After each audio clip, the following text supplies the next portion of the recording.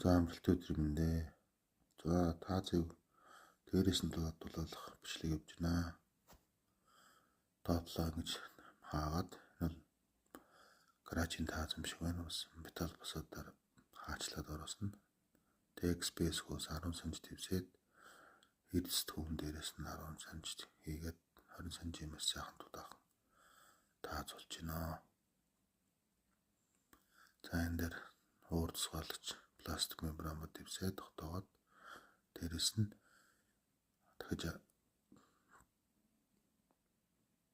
нингэн баг зэргийн нингэн мотор 2 см-тай 2.5 см-тай мотор